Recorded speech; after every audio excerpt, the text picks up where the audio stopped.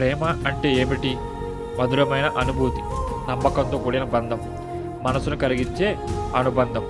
కానీ కొన్ని ప్రేమలు మనసును తాకడం కంటే గాయపరుస్తూ ఉంటాయి. అయినా కూడా ఆడపిల్ల ఎందుకు భరిస్తుంది? ఎందుకు నొప్పిని కూడా ప్రేమగా భావిస్తుంది? ఆడపిల్లను కొట్టే హక్కు ఉన్నా కొట్టని ప్రేమ తండ్రిదైతే, అదే ఆడపిల్లని కొట్టే హక్కు లేకుండా కొట్టే ప్రేమ భర్తది.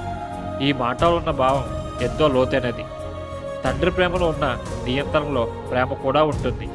ఆయన ప్రేమ కొట్టదు, కాపాడుతుంది. కానీ గత ప్రేమలో కొన్నిసార్లు కాపాడడం కంటే అధికారం కనిపిస్తుంది. ప్రేమ అనే పేరుతో గాయపరచడం, తానొక్కడే సరిగ్గా ఉన్నానని నిరూపించుకోవడం జరుగుతుంది. అయినా ఆడపిల్ల భరిస్తుంది. ఎందుకంటే ఆమెకు ఆ బంధం విలువైనది.